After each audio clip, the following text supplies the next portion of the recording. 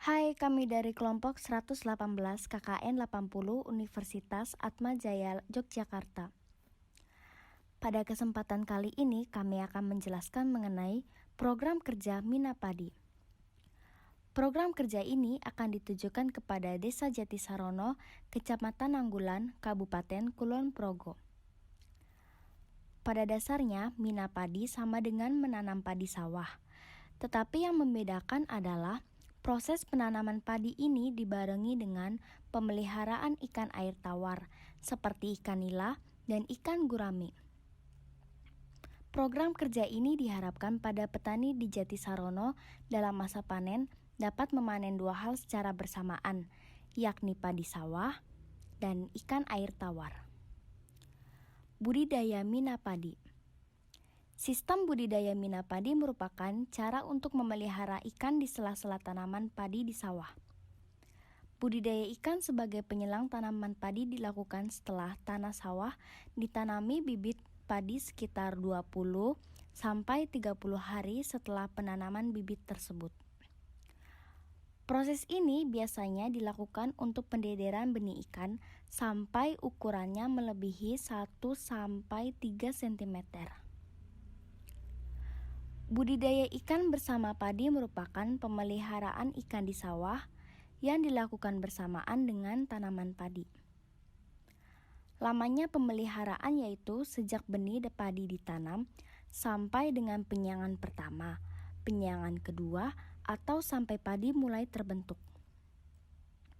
Budidaya Minapadi juga sebagai pengganti palawija. Minapadi dapat dilakukan untuk pengganti tanaman palawija dalam siklus atau pola pergiliran pertanian. Tujuan dari Minapadi yakni untuk menyuburkan tanah persawahan. Salah satu contoh jenis ikan yang cocok untuk budidaya Minapadi yaitu dengan menggunakan ikan nila. Benih ikan nila memiliki ciri-ciri yaitu bentuk tubuhnya agak pipih, suka bergerombol, aktif, dan bereaksi positif terhadap cahaya dan juga kejutan. Faktanya, ikan nila merupakan jenis ikan omnivora, yang berarti pemakan hewan dan juga tumbuhan. Namun, biasanya ikan nila lebih banyak mengkonsumsi tumbuhan air dan lumut. Oleh karena itu, ikan ini dapat dimanfaatkan sebagai pengendali gulma air. Habitat hidup ikan nila juga cukup beragam, mulai dari sungai, danau, waduk, rawa, kolam, tambak, hingga sawah. Oleh sebab itu, penggunaan ikan nila dalam budidaya Minapadi dapat dilakukan. Selain ikan nila, terdapat ikan lainnya yang bisa digunakan dalam budidaya Minapadi, yaitu ikan gurami. Ikan gurami memiliki ciri khas, yaitu bentuknya pipih dan lonjong, memiliki mulut dan rahang yang kecil, gigi bagian luarnya lebih besar, sisiknya relatif lebih besar, memiliki duri pada sirip punggung, dan memiliki sepasang benang. Benang yang panjang ini sebagai alat peraba bagi ikan gurami. Fakta tentang ikan gurami, ikan ini dapat tumbuh dan berkembang pada perairan tropis maupun subtropis. Ikan gurami juga dapat hidup di air yang sedikit asin, tetapi ikan gurami lebih cocok hidup di air tawar. Oleh sebab itu, penggunaan ikan gurami juga sangat cocok dalam budidaya Minapadi. Tips budidaya Minapadi menggunakan ikan nila. Pertama, pilihlah lokasi yang sesuai dengan kriteria dan memilih tempat yang mudah dipantau setiap saat. Kedua, buatlah media budidaya, yaitu dengan menggali tanah sekitar kurang lebih 70 cm serta membuat tanggulnya. Ketiga, pilih dan sebar bibit ikan nila dengan ukuran kurang lebih 12 cm serta dengan keadaan yang sehat. Keempat, perawatan dan panen, yaitu pemberian makan setidaknya 2 atau 3 kali sehari.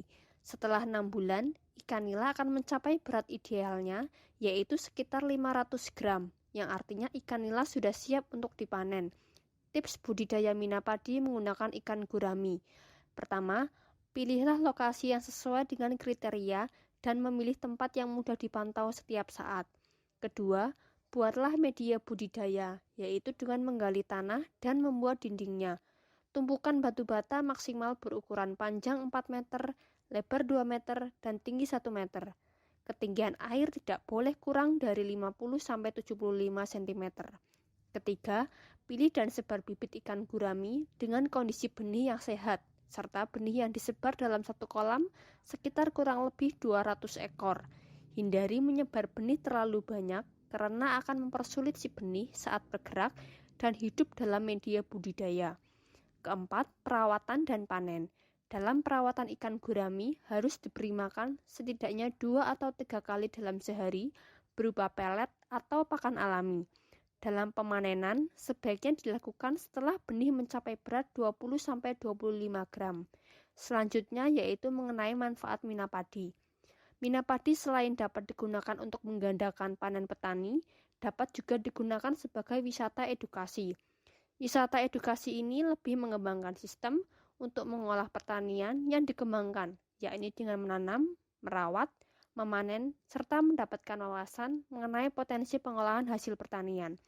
Keuntungannya yaitu dapat membangun ekonomi daerah, serta dapat menaikkan citra kawasan pedesaan.